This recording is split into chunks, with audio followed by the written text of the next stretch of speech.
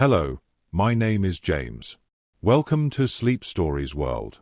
Before Daniel Defoe wrote Robinson Crusoe, the real story unfolded in the endless blue of the Pacific Ocean. Tonight, we're journeying back to the golden age of exploration, to 1709, when a rescue party found a solitary figure standing on a remote island, dressed in goatskins, after 4 years and 4 months of complete isolation. This is the true story of Alexander Selkirk, the gentleman pirate William Dampier, who circumnavigated the globe 3 times, and Captain Woodes Rogers, who captured the legendary Manila Galleon. Real adventures, real courage, real history, all told in a gentle, soothing narrative designed to carry you peacefully into sleep. So settle in, get comfortable, and let's drift back through time together. But first, let's prepare your space for rest. Ensure you're somewhere comfortably cool, dark, and quiet. If you need to adjust anything, your curtains, your temperature, your pillows, please do so now. When you're ready, lie down and let yourself settle into your bed. Feel the weight of your body being supported. You may want to cover yourself with a light blanket as your body relaxes. Now, gently close your eyes. There's nothing you need to see anymore tonight. Your only task now is to be here, allowing yourself to receive the gift of rest. Take a deep breath in through your nose. And exhale slowly through your mouth. Breathe in deeply, feeling your chest expand. Breathe out, feeling your body sink deeper into your bed. In. And out. With each breath, you're signaling to your body that it's safe to rest. Now, imagine being surrounded by a warm, vibrant light. This light is gentle and comforting, carrying with it a deep sense of peace and safety. As you breathe in, let this warm light fill your chest. As you breathe out, imagine it spreading gently through your upper body. Breathe in, and let the light expand through your shoulders, your arms, your back. Breathe out, and feel it filling your stomach, your neck, your head, every space within you glowing softly. If a thought comes by, acknowledge it like watching a leaf float by on a gentle stream, and then let it drift away. There will be time for those thoughts later. Now is for rest. On your next breath in, let the warm light travel downward. Feel it reach your hips, your thighs, your knees. Breathe out and sense it flowing down to your ankles, to your toes. Every part of you now is surrounded by this gentle, warm glow. You are completely enveloped in comfort and peace. Focus on your breath and the warm light surrounding you. If your mind wanders, simply guide it back, gently, to your breath, to the light. You are safe. You are comfortable. You are exactly where you need to be. As we move into tonight's story, allow yourself to let go even more. Let the words wash over you like a gentle tide. You don't need to follow every detail. Simply receive the story as a gift, a soft companion as you journey towards sleep. And now, let us begin. In the soft glow of candlelight, in the year 1680, a young Englishman named William Dampier stood at the edge of everything he knew. He was 29 years old, and the world was calling to him in whispers carried on salt-tinged winds. Unlike the Buccaneers who would become his companions, Dampier carried something unusual in his sea chest, a journal carefully wrapped in oilcloth, and an insatiable curiosity about the natural world. The Caribbean Sea in those days was a realm of endless blue, where the water shifted from deepest sapphire to the palest turquoise in the space of a heartbeat. Dampier first arrived in these waters not as a pirate, but as a logwood cutter in the Bay of Campeche on the coast of New Spain. Here, in the steaming forests of the Yucatan Peninsula, he learned to read the language of wind and wave, to understand how the trade winds swept across the ocean in their eternal dance, always from the northeast, reliable as sunrise. But it was the Buccaneers who truly captured his imagination. These were not the romanticized pirates of later tales, but practical men, mostly English and French, who had made their temporary home on the wild shores of the Spanish Main. They called themselves the Brethren of the Coast, and they lived by a code as intricate as it was brutal. What made them different from common pirates was their letters of marque, sometimes legitimate, often expired, and their peculiar sense of justice. Among these men, every sailor had a vote. Every man received an equal share of prizes taken, save for the captain and quartermaster who received slightly more.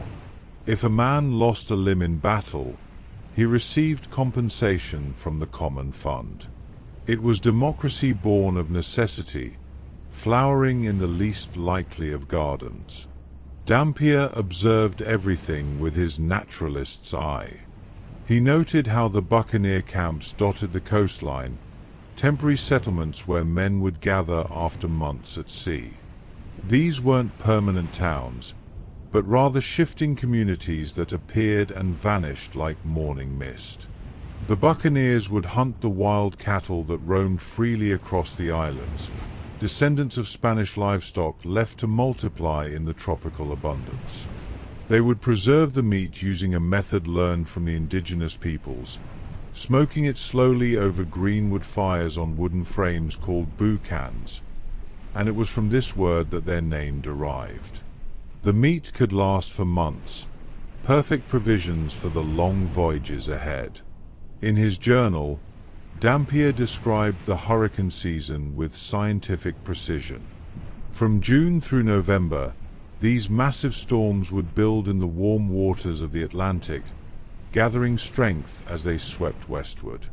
He learned to read the warning signs, the peculiar color of the sky, the unusual behavior of seabirds, the strange stillness that preceded the violence. The Buccaneers knew to seek shelter in protected bays when these storms approached, to anchor their vessels with multiple lines, and to wait out nature's fury with rum and patience. It was during these early years that Dampier began to understand the complex political geography of the Caribbean. Spain claimed dominion over these waters, but their grasp was loose and scattered. The great Spanish treasure fleets would gather each year at Havana, laden with silver from the mines of Potosi, gold from New Granada, and exotic goods from the Pacific. These fleets were heavily guarded, but the smaller ships that fed into this system, those were vulnerable.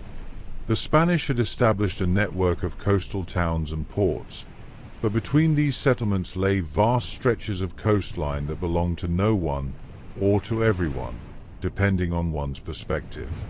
Dampier also recorded the indigenous peoples he encountered, noting their remarkable knowledge of local waters and weather patterns.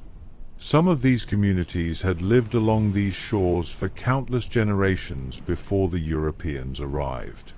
They knew which plants could heal and which could kill, where fresh water could be found even on the smallest islands, and how to navigate by reading the stars, the color of the water, and the flight patterns of birds. Many buccaneers formed alliances with these communities, relationships built on mutual benefit and respect born of shared enemies. The young naturalist noticed something else, too, the way the ocean itself seemed to breathe. The tides in the Caribbean were subtle compared to European waters, but they followed their own rhythm, influenced by the moon's pull and the shape of coastlines.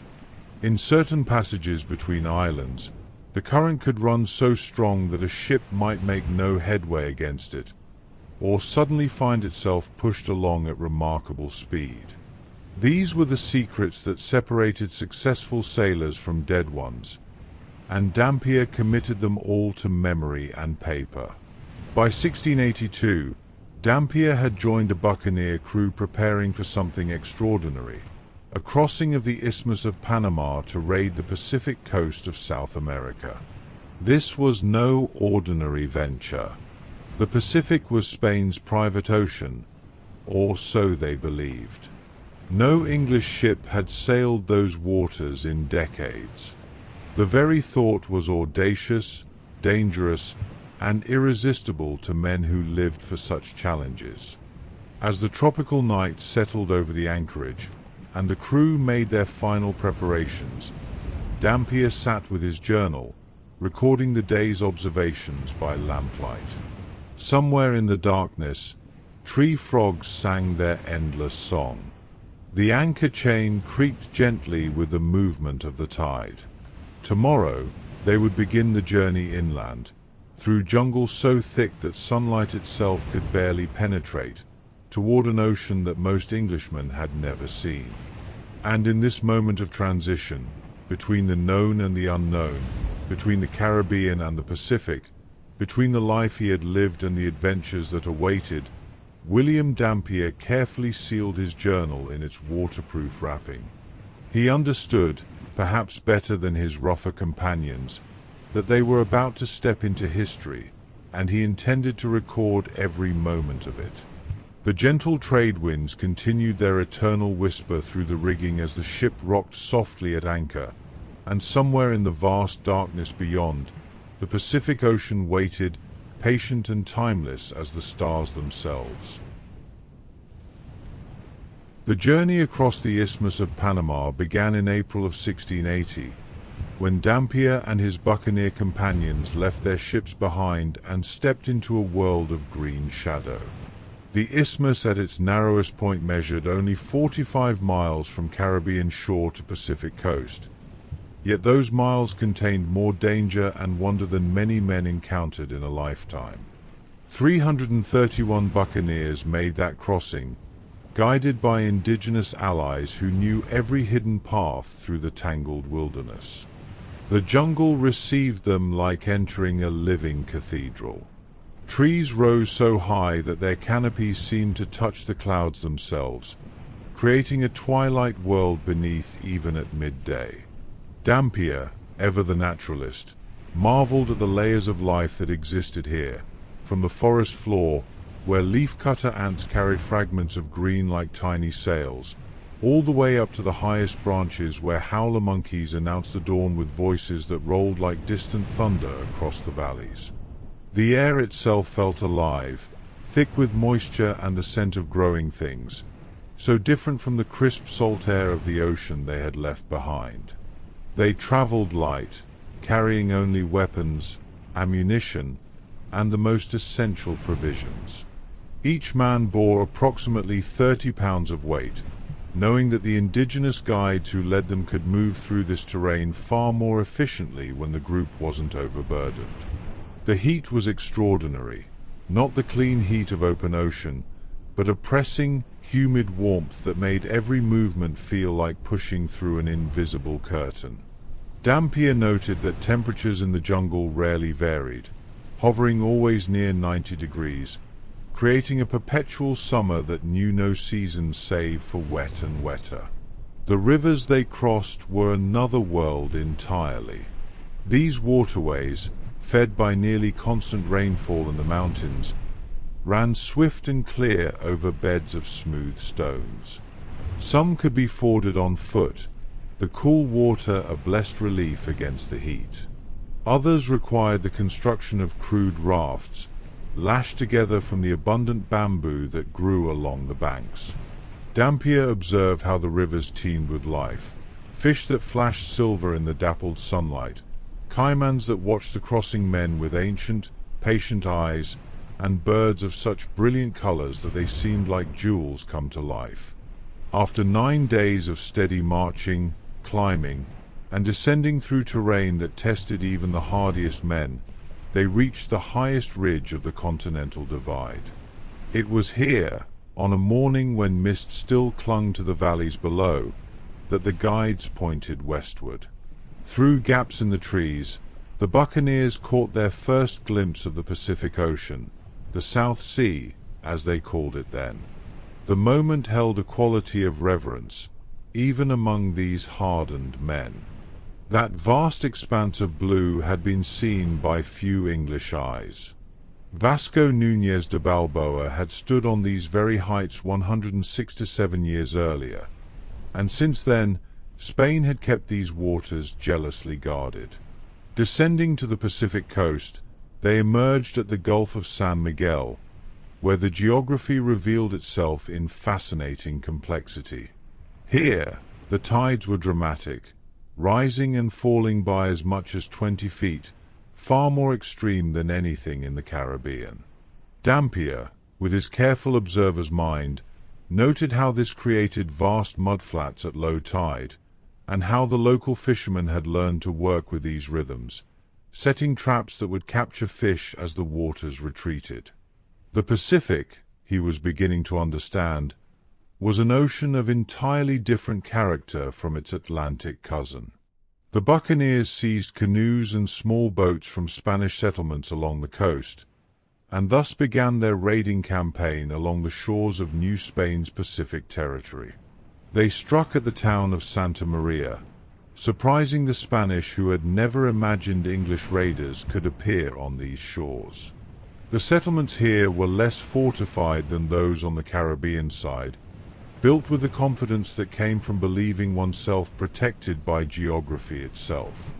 Pearl fisheries dotted the coastline, operations where indigenous and African divers would descend to remarkable depths to retrieve the lustrous treasures from oyster beds below. It was during these Pacific raids that Dampier first experienced the peculiar weather patterns of this ocean. The winds here blew differently than in the Caribbean. The prevailing pattern came from the south and southeast, pushing northward along the coast. During certain months, the sea could be remarkably calm, earning its Spanish name El Pacifico, the peaceful one. Yet Dampier also witnessed storms here, different in character from Caribbean hurricanes but no less impressive. Systems that would build far out to sea and roll toward shore with methodical inevitability. The expedition sailed northward along the coast of present-day Panama, Costa Rica, and Nicaragua, recording the geography and natural wonders as they went. Dampier noted the volcanic peaks that rose along this coastline, some still active, occasionally painting the night sky with red glow from their summits. The coastal waters here were rich with marine life, whales that breached close to shore, dolphins that rode the bow waves of their captured vessels, and sea turtles so numerous that in certain seasons their tracks covered the beaches like ancient script. But the buccaneer life was hard, even in paradise. Disease was a constant companion. Fevers that came from the jungle, dysentery from questionable water, and the slow weakness of scurvy when fresh provisions ran low. Dampier himself fell ill during this period, burning with fever in the hold of a captured Spanish vessel. Yet even in his delirium, he kept his journal close, protecting it as carefully as his own life. He understood that these observations, these careful records of wind and weather, of flora and fauna, of the indigenous peoples and their knowledge, these would outlast any gold or silver they might capture. The buccaneers eventually made their way further up the coast, venturing as far as the Gulf of Nicoya and beyond, always moving, always seeking the next prize. They lived in a strange state of suspension, wealthy one day with captured goods, desperate the next when supplies ran low. They would anchor in hidden bays, places where freshwater streams met the sea, and there they would careen their vessels, scraping the hulls clean of the barnacles and seaweed that accumulated in these warm waters. The process took weeks, leaving them vulnerable, but it was necessary to maintain the speed that kept them alive. By late 1681, after more than a year in the Pacific, supplies were running desperately low. The Spanish were now alert to their presence, and easy prizes had become scarce. Some of the buccaneers began to speak of returning across the isthmus to the Caribbean, while others, including Dampier, argued for continuing westward, following the coast toward richer targets in Peru and perhaps even beyond. The debate stretched long into tropical evenings, lit by bioluminescent algae that made the water glow with every movement, as if the sea itself were offering light to guide their decisions. In the end, the vote went to those who wished to continue. They would sail on, deeper into the Pacific, further from any hope of easy return. And so the little fleet of captured Spanish vessels turned their prows southward, following the coast as it bent away toward the equator. Ahead lay the richest Spanish settlements in all the Americas, the silver-laden ports of Peru, and beyond that, the vast unknown reaches of the Pacific itself. The gentle swells rolled beneath their hulls as they sailed into the gathering dusk, and William Dampier stood at the rail, watching the coastline slip past in the fading light. Somewhere in the darkness ahead, their future waited, and he would record every moment of its unfolding. By 1684, William Dampier had been wandering the Pacific for nearly 4 years, and he was about to embark on a journey that would change the course of his life forever. The buccaneer crew he sailed with had captured a Spanish ship, which they renamed the Signet, and with this vessel, they made a decision that seemed almost casual in its audacity. They would sail westward across the Pacific Ocean itself, leaving behind the Spanish Main entirely and venturing into waters that few Englishmen had ever seen. The Pacific Ocean is the largest body of water on Earth, covering more than 63 million square miles, nearly a third of the planet's entire surface. To cross it in a small wooden ship, with limited provisions and only the most basic navigational instruments, was to place one's life entirely in the hands of wind and chance. Yet this was precisely what Dampier and his companions intended to do. They departed from the coast of Mexico in March of 1686, setting their course toward the distant Ladrones Islands, which we know today as the Marianas. The crossing took 51 days of endless blue, where the horizon formed a perfect circle around them in every direction. Dampier recorded the experience with his characteristic attention to detail.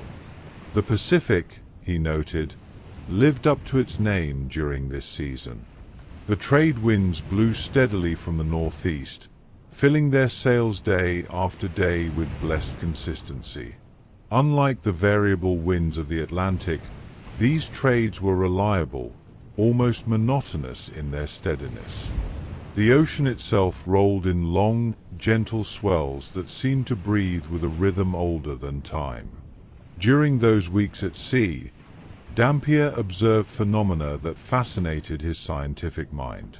He noted how clouds would form in particular patterns, how certain birds would appear hundreds of miles from any land, following the ship for days before mysteriously vanishing.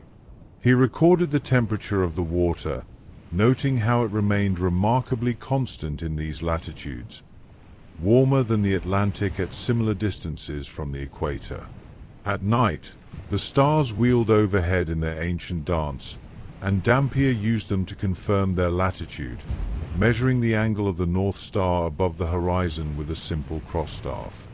They made landfall in the Ladrones in late April of 1686, nearly dying of thirst in the final days of the voyage. The islands were a revelation, volcanic peaks rising green from the azure sea, surrounded by coral reefs that glowed turquoise in the shallow waters. The indigenous Chamorro people who inhabited these islands possessed remarkable seamanship skills, sailing canoes called proas that could move at astonishing speeds. These vessels were built asymmetrically, with an outrigger on one side, and they could sail in either direction simply by shifting the position of the sail and outrigger. Dampier watched in amazement as these canoes would race circles around European ships, demonstrating a sophistication in boat design that challenged European assumptions about primitive peoples. From the Ladrones, the Signet sailed on to the Philippines, entering waters that had been dominated by Spanish influence for more than a century. Manila, the great Spanish colonial capital in the east, served as the terminus for the famous Manila Galleons, massive ships that sailed annually between the Philippines and Acapulco, carrying Chinese silks, porcelain, and spices westward, and returning with Mexican silver. This trade route, established in 1565, had been operating for 121 years by the time Dampier arrived, creating a flow of wealth that helped sustain the Spanish Empire. The Signet did not linger in the Philippines, but continued southward into the waters of the East Indies, that vast archipelago of islands scattered between Asia and Australia. Here, Dampier encountered a maritime world of stunning complexity. The islands numbered in the thousands: Java, Sumatra, Borneo, Celebes, the Moluccas, each with its own climate, peoples, and natural wonders. The spice trade that had drawn Europeans to these waters for centuries was still thriving, though now the Dutch East India Company controlled much of it, operating from their fortress at Batavia on Java. It was during this period in the East Indies that Dampier made meticulous records of the monsoon wind patterns that governed life and trade in this region. The monsoons were seasonal winds of remarkable reliability. From roughly May to September, the southwest monsoon would blow, bringing rain and favorable winds for sailing northeastward. Then, from November to March, the northeast monsoon would reverse the pattern. For thousands of years before Europeans arrived, local sailors had been timing their voyages to these winds, creating trade routes that connected India, Southeast Asia, China, and the islands of Indonesia. The monsoons were so reliable that they functioned like clockwork, and Dampier documented their patterns with scientific precision. In December of 1686, while sailing near the northwest coast of Australia, a land that the Dutch had touched upon but never properly explored, the Signet was driven onto the shore by unfavorable winds. They spent 2 months careened on the beach, repairing their vessel, and Dampier became one of the first Englishmen to extensively observe the Australian continent. The land seemed harsh and unwelcoming to European eyes, arid, with sparse vegetation in many areas. But Dampier noted the unique wildlife with his naturalist fascination. Strange hopping animals that we now know as kangaroos, though he described them as creatures unlike anything in Europe, and indigenous peoples whose way of life had remained unchanged for thousands of years. The aboriginal peoples Dampier encountered had developed an intimate knowledge of this challenging environment. They understood which plants held water in their roots, how to navigate using subtle landmarks invisible to European eyes, and how to thrive in conditions that would kill unprepared outsiders within days. Dampier recorded their use of fire to manage the landscape, burning sections of grassland in controlled ways that promoted new growth and attracted game animals, a sophisticated form of land management that Europeans would take centuries to appreciate. After departing Australia, the Signet wandered through the East Indies for another year, trading where they could, raiding when opportunity presented itself, barely surviving through a combination of luck and skill. The crew began to fracture, arguments breaking out over the division of increasingly meager prizes. Finally, in 1688, Dampier and a small group of companions left the Signet at the Nicobar Islands in the Bay of Bengal, choosing to make their own way rather than continue with a crew that had become dysfunctional and dangerous. What followed was a period of extraordinary wandering. Dampier worked his passage on various trading vessels, moving from port to port around the rim of the Indian Ocean.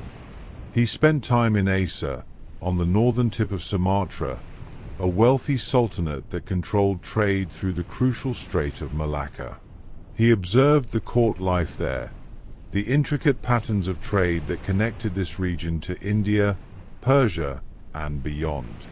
He sailed to India itself, visiting ports along the Malabar coast where European trading companies, English, Dutch, Portuguese, competed for dominance in the pepper and textile trade. Finally, in 1691, after 12 years of wandering, William Dampier arrived back in England. He had circumnavigated the globe, not as the leader of an expedition, but as a common sailor, carried along by circumstances and his own insatiable curiosity. He returned with almost nothing, no treasure, no glory, no recognition. But he had something far more valuable, at least to those with eyes to see it. Wrapped carefully in oilcloth, preserved through shipwreck and storm, through tropical heat and ocean spray, was his journal. Hundreds of pages of observations, descriptions, measurements, and insights covering vast stretches of the globe that few Englishmen had ever seen. As his ship sailed up the Thames toward London, Dampier stood at the rail, watching the familiar shores of England materialize through the mist. He was 40 years old, weathered by sun and sea, unknown to the world. But those journals he carried, those careful records of wind and weather, of peoples and places, of the natural wonders he had witnessed, they would soon make his name known throughout the learned circles of Europe, and they would change forever how the English viewed the vast world beyond their shores. The river flowed gently beneath the hull as the ship moved with the tide, and somewhere in the gathering twilight, the lights of London began to appear, welcoming home the wanderer who had seen so much and had so many stories yet to tell. The journals that William Dampier had so carefully preserved transformed him from an obscure ex-buccaneer into one of the most celebrated figures in London. In 1697, he published his account under the title A New Voyage Round the World, and the book became an immediate sensation. It sold thousands of copies, was translated into multiple languages, and went through 4 editions in just 2 years. What made Dampier's account so extraordinary was not tales of buried treasure or dramatic sea battles, but rather his precise observations of winds, currents, tides, and the natural world, information of immense practical value to a maritime nation like England. The learned men of the Royal Society, that august institution founded in 1660 to promote scientific knowledge, took particular interest in Dampier's work. Here was a man who had observed the world firsthand, who had measured and recorded with scientific rigor, even if he lacked formal education. His descriptions of trade winds, monsoon patterns, and ocean currents provided navigational intelligence that no amount of theoretical speculation could match. The Fellows of the Royal Society invited him to their meetings, where gentlemen in powdered wigs listened with rapt attention as this weathered sailor described phenomena from the far corners of the earth. But Dampier's knowledge was valuable for more than scientific reasons. England, at the close of the 17th century, was locked in commercial and military competition with the Dutch, the Spanish, and the French. Control of trade routes and knowledge of distant lands translated directly into national wealth and power. The Admiralty recognized that Dampier possessed intelligence about Pacific waters that no other living Englishman could match. And so, in an unprecedented decision, they offered command of a Royal Navy expedition to this former buccaneer who had never held official rank. In January of 1699, William Dampier sailed from the Downs aboard HMS Roebuck, a fifth-rate warship of 28 tons burden. His orders were to explore the eastern coast of the great southern continent, Australia, or New Holland as it was then called, and to investigate reports of other lands in the South Pacific. The ship's company numbered 50 men, and though Dampier commanded them, he was acutely aware that many viewed his appointment with skepticism. A buccaneer given charge of one of His Majesty's ships, it was almost scandalous.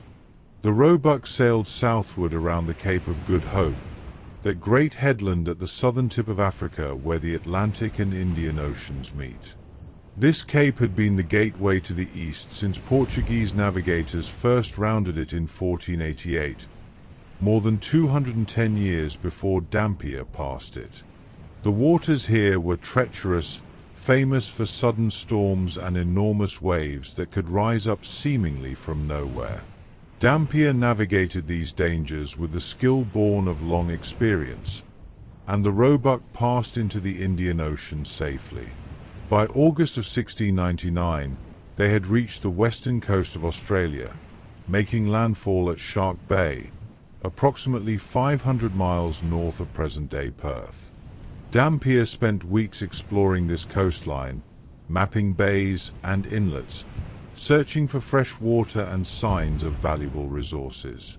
The land continued to seem barren to European eyes, dry, rocky, with vegetation adapted to conserve every drop of moisture. Yet Dampier's scientific eye noted the adaptations that allowed life to flourish here.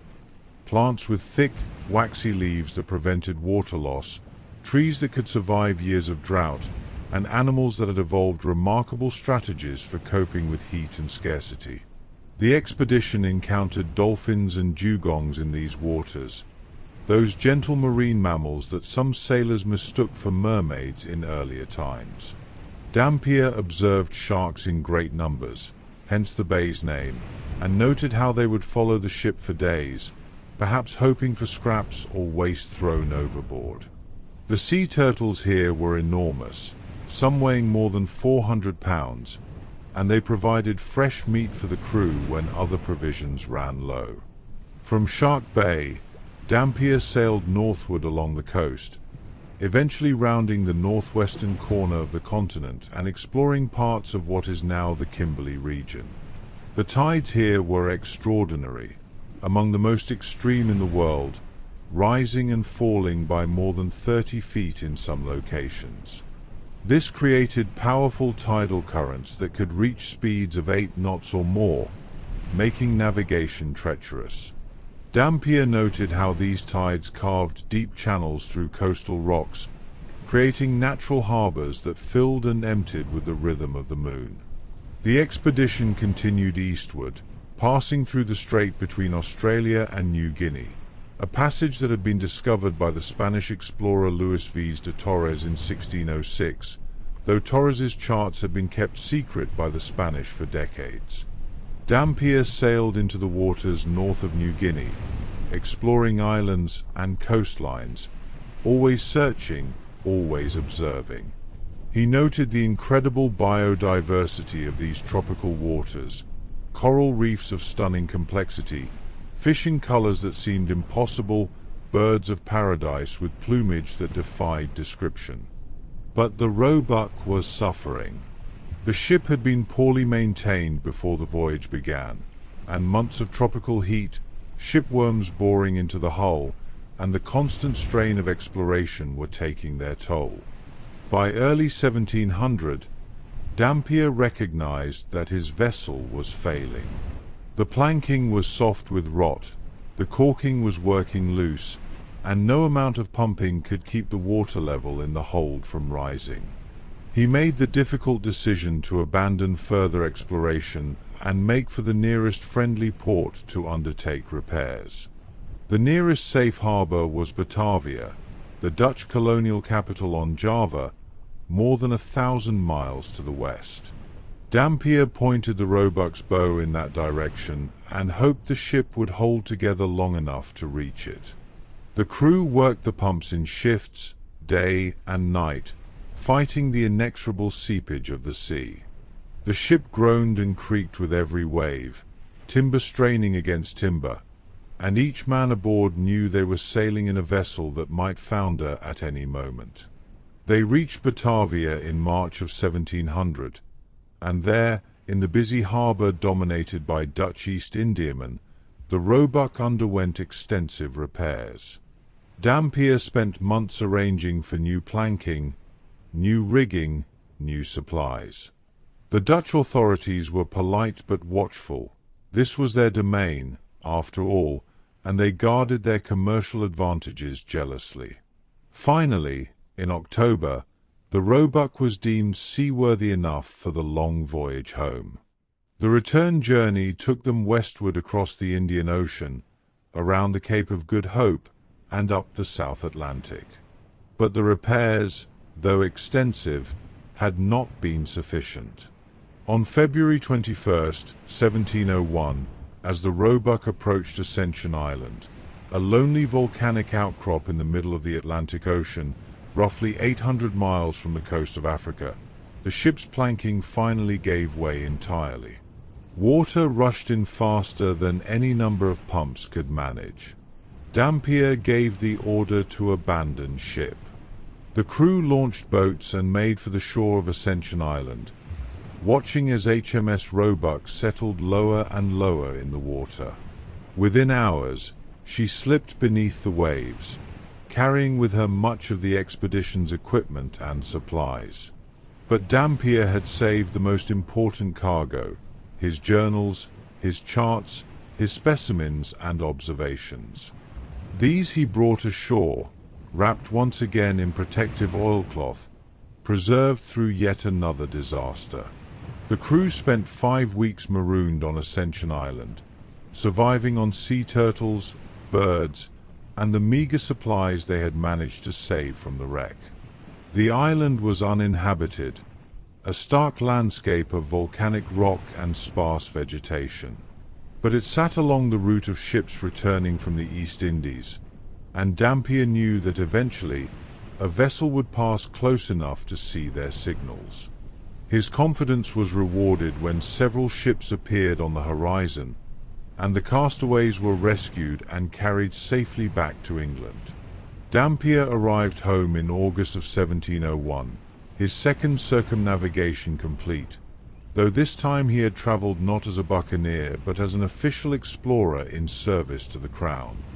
The loss of the Roebuck led to a court-martial, standard procedure when a Royal Navy vessel was lost, but Dampier was largely exonerated. The ship had been in poor condition before he sailed, and he had brought his crew safely home despite the disaster. More importantly, he had brought back knowledge, new charts of Australian waters, observations of previously unknown coastlines, scientific specimens, and detailed descriptions of everything he had seen.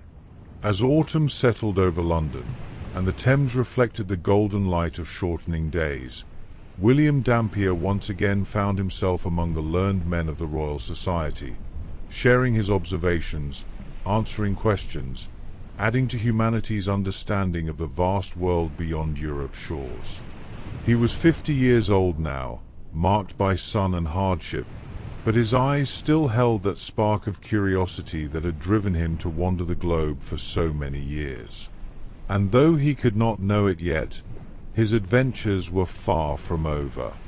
For there were others who had read his books, others who dreamed of following in his wake, and among them were men whose names would become inextricably linked with his own: Woodes Rogers, and a Scottish sailor named Alexander Selkirk, whose fate would inspire one of the most famous stories in all of literature.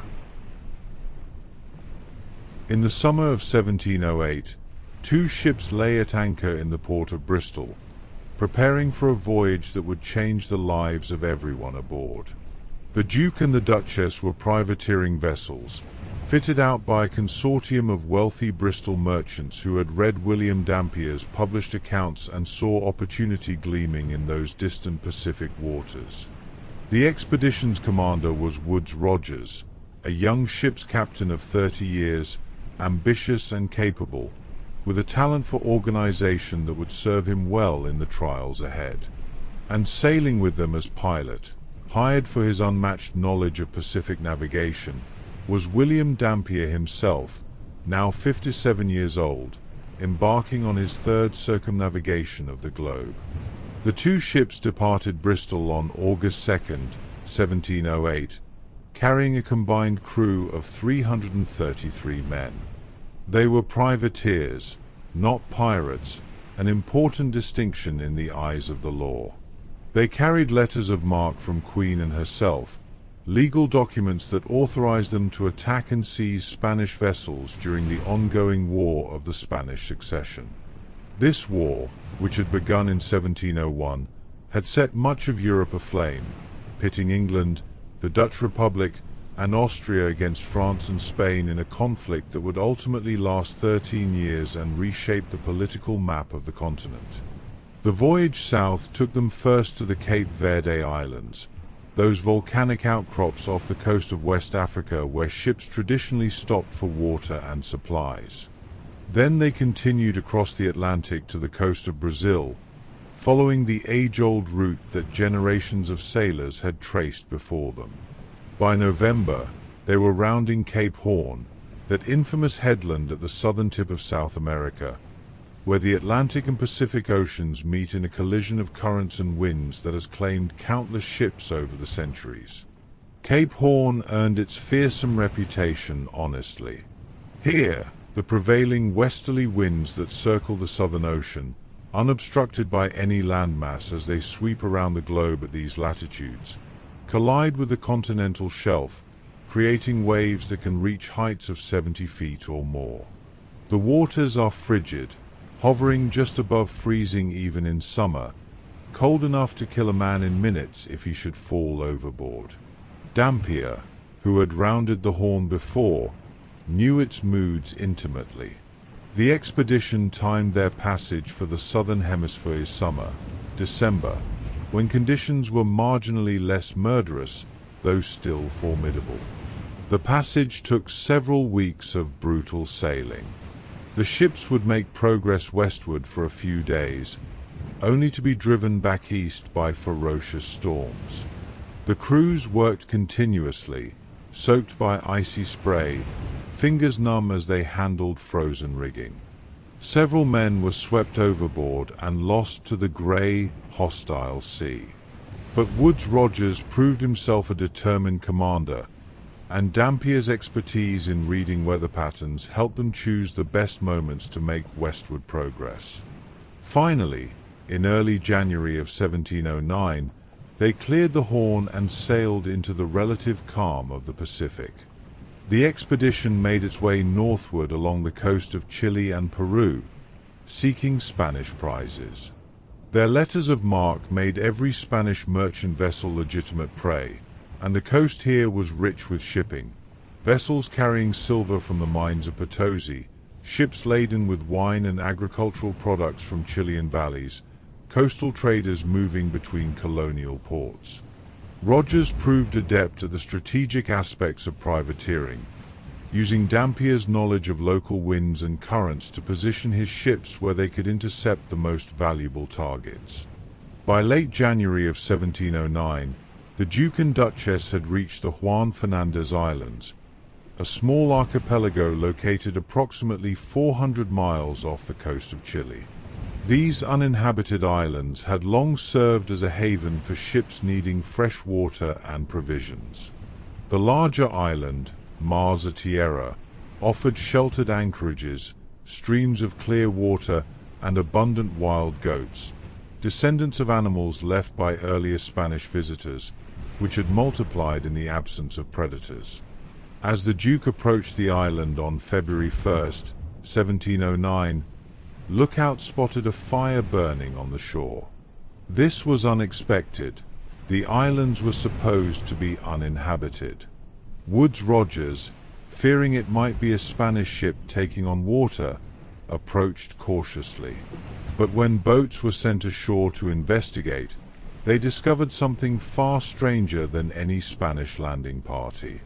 Standing on the beach, dressed in animal skins, weathered by sun and solitude, was a Scottish sailor named Alexander Selkirk.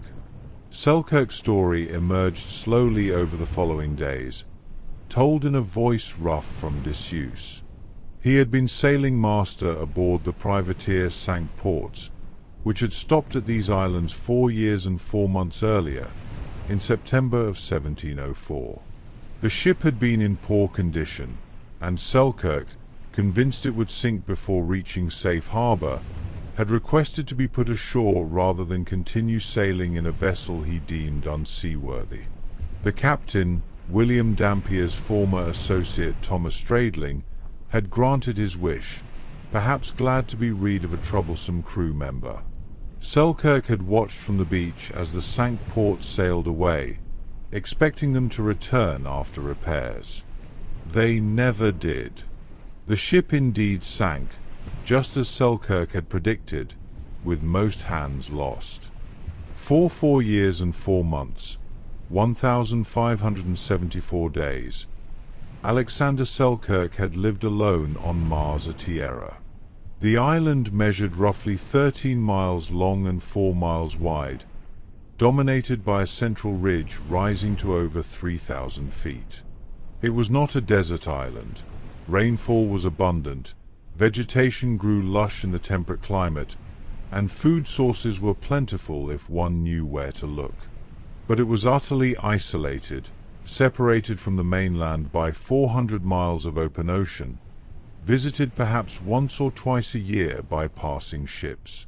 Selkirk described how he had survived by hunting the wild goats that roamed the island's heights and by catching fish in the rocky pools along the shore. He had built 2 huts from wood and grass, one near the beach for keeping watch for ships, and another in the island's interior where he could retreat during bad weather. He had fashioned clothing from goatskins when his own garments wore out, and had learned to make fire using the method of rapidly rubbing sticks together, a skill that required endless patience to master. The island's cats, also descendants of animals left by earlier visitors, had become his companions, helping to control the rats that would otherwise have overrun his shelters. But the greatest challenge had not been physical survival. It had been maintaining his sanity in absolute solitude. For the first 8 months, Selkirk admitted, he had been consumed by despair, barely able to eat, sleeping away the days in misery. He had stood on the heights and watched ships pass in the distance, too far away to see his signal fires, and each time his hope would rise and then crash upon the rocks of disappointment. Gradually, though, he had adapted.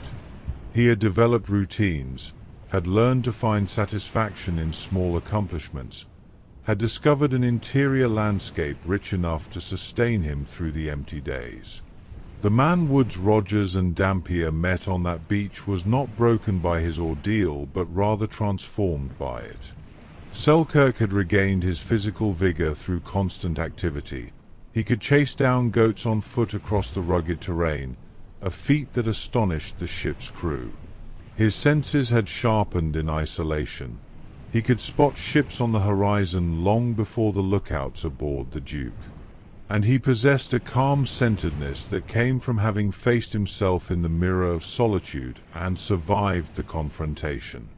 Rogers, recognizing Selkirk's capabilities, immediately appointed him mate aboard the Duke.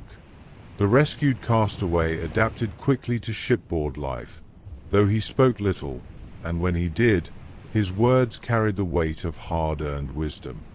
Dampier, who had known Selkirk years before, observed the transformation with his characteristic scientific interest. Here was a living experiment in human resilience, proof that isolation need not destroy but might instead refine. The expedition remained at Juan Fernandez for several weeks, taking on water, hunting goats to replenish their provisions, and allowing the crew to recover from the ordeal of rounding Cape Horn. Selkirk guided them to the best sources of fresh water, showed them the safest anchorages, and shared the knowledge he had accumulated during his long residence. The men listened to his stories around evening fires, the flames dancing as he spoke of watching seasons pass alone, of storms that had battered the island, of the strange peace he had found in that enforced retreat from the world. When the Duke and Duchess finally weighed anchor and departed the Juan Fernandez Islands in mid-February, Alexander Selkirk stood at the rail, watching his island home recede into the distance.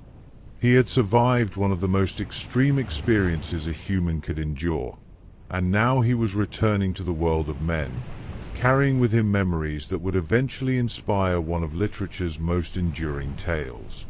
For a young writer named Daniel Defoe would hear of Selkirk's adventures and, 8 years later, would publish a novel about a castaway named Robinson Crusoe, a story that would echo through the centuries, teaching generations about survival, solitude, and the indomitable human spirit.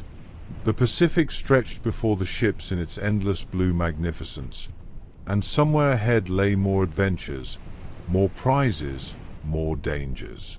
But for now, in this moment of gentle sailing, with favorable winds filling the canvas and the ships rising and falling on the long Pacific swells, the crews could rest, could share their rum rations, could marvel at the extraordinary story of the man they had rescued from his island prison. With Alexander Selkirk now serving as mate aboard the Duke, the expedition continued its northward journey along the Pacific coast of Spanish America. Woodes Rogers proved himself a meticulous commander, keeping detailed logs of every prize taken, every expense incurred, every ounce of plunder secured. Unlike the Buccaneers of Dampier's earlier days, Rogers ran his privateering venture like a business enterprise, which indeed it was, with investors back in Bristol expecting handsome returns on the £40,000 they had ventured to outfit the expedition. Through the early months of 1709, the Duke and Duchess worked their way up the coast, taking Spanish vessels of varying sizes.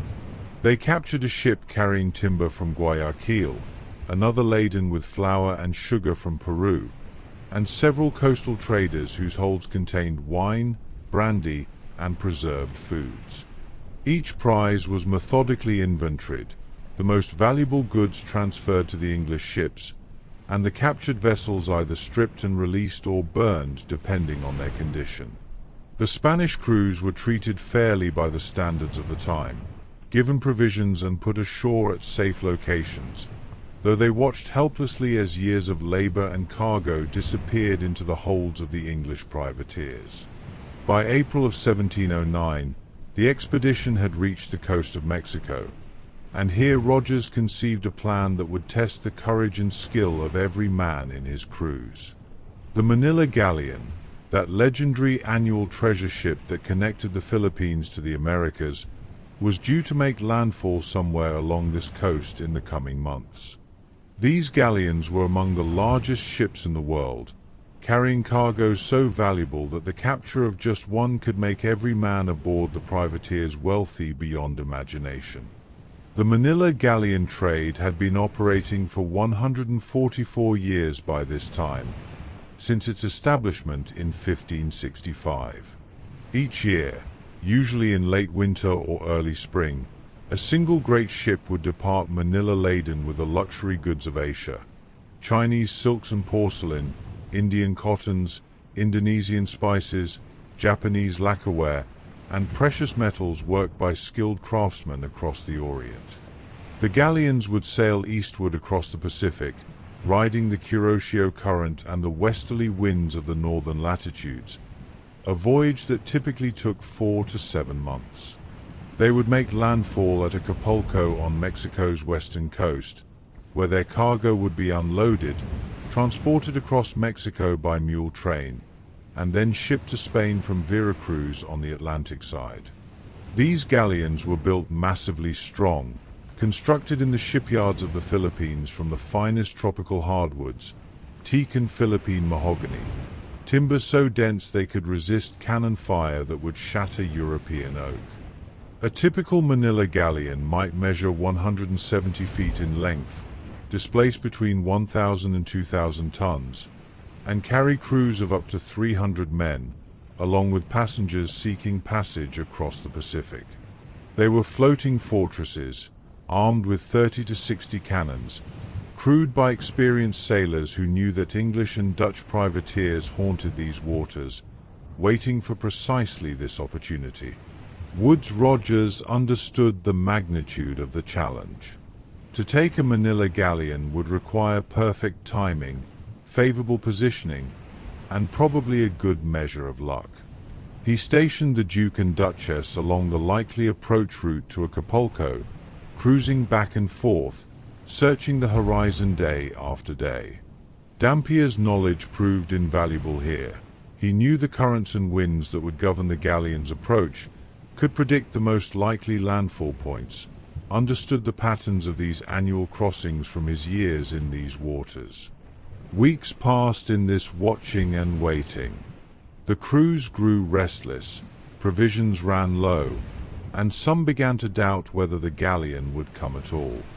Perhaps it had sailed earlier than usual, or taken a different route, or decided not to make the voyage this year.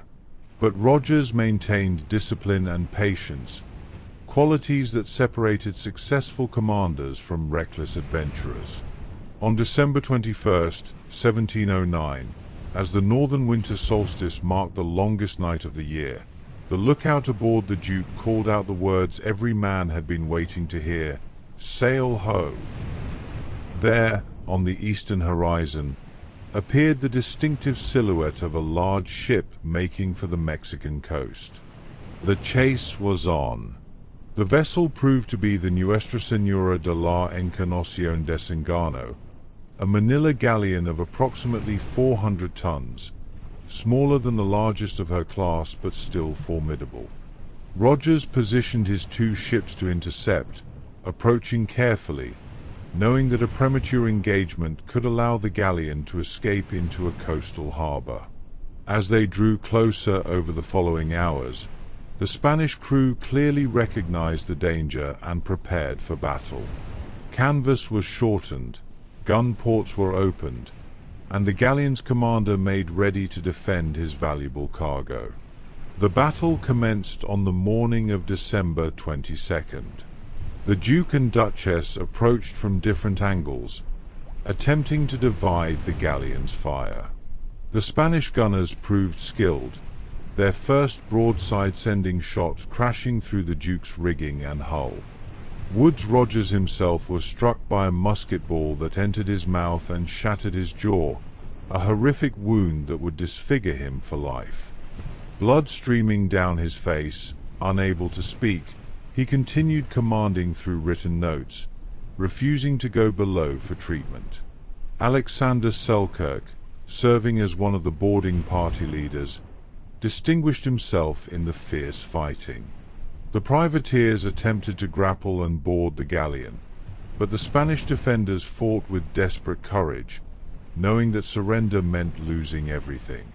Musket fire crackled from both sides, and the boarding pikes clashed as men struggled in brutal hand-to-hand combat on the blood-slicked decks. The battle raged for hours, neither side able to gain decisive advantage. Finally, as afternoon shadows lengthened, the Spanish commander recognized the futility of further resistance. His ship was damaged, casualties mounted, and the two English vessels, though battered, showed no signs of withdrawing. The galleon struck its colors in surrender, and Woodes Rogers's men clambered aboard to claim their prize. The cargo exceeded even their most optimistic expectations. The holds contained silks valued at thousands of pounds, porcelain so fine it seemed translucent when held to light, spices whose fragrances filled the captured ship with exotic promise. There were worked gold ornaments, pearl necklaces, jade carvings, and chests of silver coins.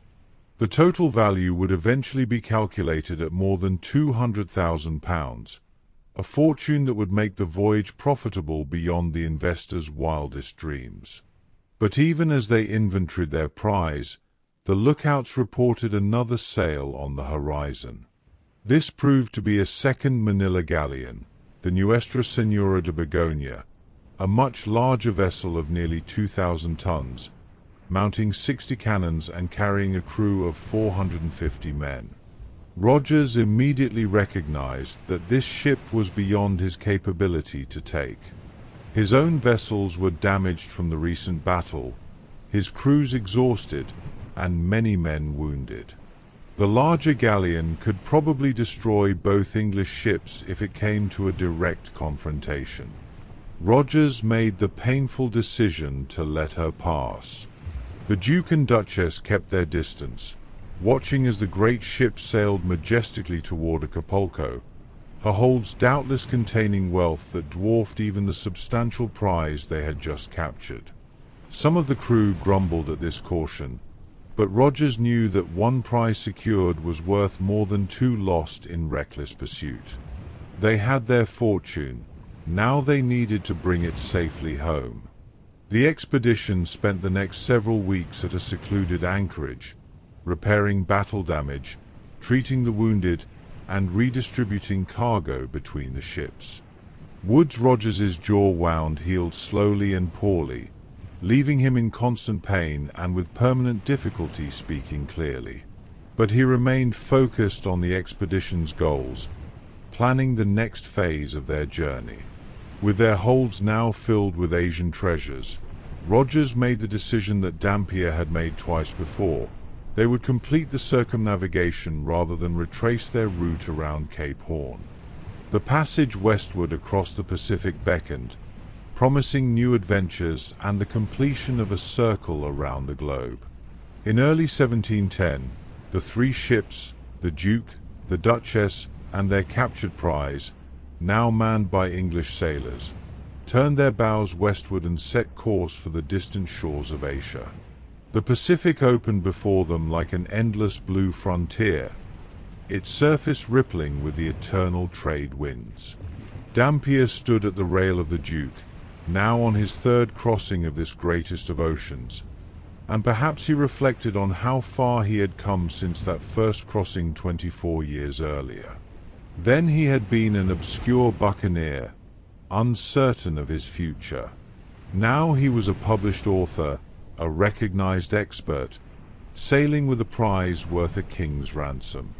The world was vast, but he had learned its secrets, had traced its boundaries, had made its mysteries his own. And somewhere in the crew, Alexander Selkirk watched the sun set into the Western Ocean, painting the sky in shades of gold and crimson. He had survived absolute solitude, had proven himself in battle, and was now sailing toward home and the return to human society. His story was far from over, but this chapter was drawing to a close, a chapter of adventure, survival, courage, and the endless human drive to explore the unknown reaches of our beautiful, dangerous world. The crossing of the Pacific in early 1710 followed the well-worn path that Spanish galleons had traced for generations. The three ships, Duke, Duchess, and their captured prize, sailed westward on the steady trade winds, covering approximately 100 miles each day when conditions favored them. This crossing would take them nearly 3 months, a period of relative calm after the violence and tension of their privateering campaign. The crew settled into the rhythms of ocean passage, the endless watch rotations, the maintenance of rigging and sails, the careful rationing of provisions as they sailed through the largest emptiness on earth. William Dampier, now 58 years old, watched the passage of days with the peaceful recognition of a man who had crossed these waters twice before. He noted the subtle changes in bird life as they progressed westward, the shifts in watercolor that indicated the presence of undersea mountains or the convergence of different currents. He recorded the patterns of clouds, the behavior of dolphins that played in the bow wave, the flying fish that would sometimes land on deck during the night, small miracles of nature that never ceased to delight him despite decades at sea. By April of 1710, the expedition reached Guam in the Marianas, the same islands Dampier had visited on his first Pacific crossing nearly a quarter century earlier. The Spanish maintained a small colonial presence here, and Rogers approached cautiously, unsure of his reception. But the garrison was weak, isolated, and starved for news from the wider world. After initial tensions, a wary commerce developed. The privateers traded some of their surplus goods for fresh provisions, water, and information about conditions further west. The Spanish authorities, calculating that cooperation was wiser than confrontation with well-armed ships, chose pragmatism over pride. From Guam, the expedition continued to the Philippines, but Rogers wisely avoided Manila itself, where Spanish forces would have been strong enough to overwhelm his small fleet. Instead, they traded at smaller islands, acquiring provisions for the next leg of their journey. Then they sailed southward into the East Indies, entering that vast archipelago of islands that stretched between Asia and Australia like scattered emeralds on blue velvet. The Dutch East India Company controlled much of this region, operating from their fortress capital at Batavia on Java. The company, founded in 1602, had been granted monopoly powers over Dutch trade in Asia and had grown into something resembling a sovereign state, maintaining its own army and navy, minting its own currency, and exercising governmental authority over vast territories. By 1710, it had been operating for 108 years, and its power in the Indies was formidable. Rogers arrived at Batavia in June of 1710, seeking permission to refit his ships and purchase supplies for the long voyage home. The Dutch officials received him with cold courtesy. They were not at war with England, but neither were they pleased to see English privateers operating in waters they considered their own domain. Negotiations dragged on for weeks, complicated by bureaucracy and the Dutch desire to extract maximum profit from the English need for provisions. Finally, agreements were reached, and the ships underwent the careening process, hauled onto their sides on the beach so that hulls could be scraped clean of the barnacles and seaweed that accumulated in tropical waters, reducing sailing speed and eventually compromising the wood itself. Batavia, however, was a deadly place. The city sat on swampy ground near the mouth of the Siliwang River, and disease flourished in the humid, mosquito-infested environment. Malaria, dysentery, and tropical fevers claimed lives with relentless efficiency. During their stay of several months, the expedition lost more than a dozen men to disease, more than they had lost in all their battles with Spanish ships. Alexander Selkirk, who had survived 4 years alone on a remote island, nearly succumbed to fever here in this teeming colonial port, but his remarkable constitution saw him through. By October of 1710, the ships were ready to depart. The passage from Batavia to the Cape of Good Hope would take them across the Indian Ocean, a crossing of approximately 6,000 miles. They sailed in the path of the southeast trade winds, which blow with dependable consistency across these waters from May through September. The crews had been reinforced with sailors hired in Batavia, not all of them entirely willing, as the press of men into service was common practice in these remote ports where ship captains wielded nearly absolute authority. The Indian Ocean passage proved remarkably smooth. The ships maintained formation, sailing in companies so that if one encountered trouble, the others could render assistance. They saw few other vessels in these vast reaches, occasional Arab dhows far to the north, Indian Ocean trading vessels with their distinctive lateen sails, once or twice a Dutch East Indiaman bound for the Indies. The ocean here had a different character than the Pacific, warmer, more prone to sudden squalls, but generally benign during this season. They rounded the Cape of Good Hope in late December 1710, once again facing the treacherous waters where two great oceans collide. The passage was challenging but not catastrophic. They had chosen the southern summer for this rounding, and while storms battered them and waves broke over the bows with crushing force, the ships held together and the crews, now experienced and hardened by years at sea, managed the dangers with professional competence. The final leg took them northward up the Atlantic, past the coast of West Africa, past the bulge of the continent, and finally into familiar European waters. By September of 1711, more than 3 years after their departure, the expedition sailed up the English Channel. England had changed in their absence. Queen and still reigned, but the political landscape had shifted with the endless intrigues of court and parliament. The War of the Spanish Succession continued to grind on, though peace negotiations were beginning to take shape that would eventually conclude with the Treaty of Utrecht in 1713. The ships arrived at the Thames on October 1st, 1711, to a reception that exceeded even their hopeful expectations. News of their capture of the Manila Galleon had preceded them, carried by faster vessels, and they were celebrated as heroes. The total value of their prizes, after careful accounting, exceeded £200,000, a sum so vast that it represented the equivalent of millions in modern currency. The investors received returns far beyond their initial £40,000 outlay. Every common sailor received a share that could set him up comfortably for years if spent wisely, and the officers became wealthy men. Woodes Rogers, despite his disfiguring wound, found his reputation established. He would go on to serve as governor of the Bahamas, where he would famously suppress piracy in those waters and establish orderly colonial administration.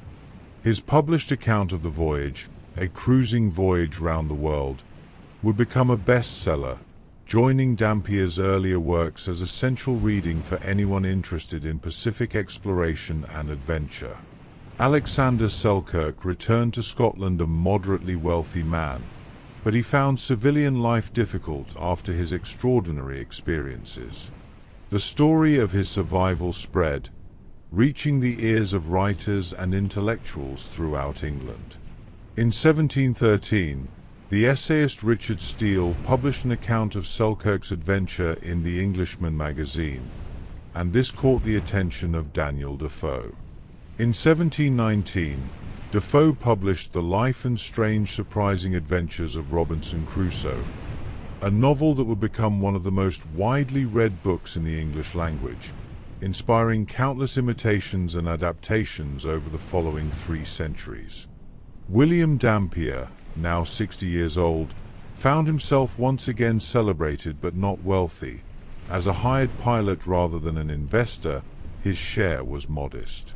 But he had completed his 3rd circumnavigation, had contributed his expertise to one of the most successful privateering ventures in English history, and had seen his predictions and knowledge validated again and again. He would live only 4 more years, dying in London in 1715, but his legacy was secure. His books had opened English eyes to the Pacific, had provided navigational intelligence that would guide explorers for generations, and had demonstrated that careful scientific observation could coexist with adventure and commercial enterprise.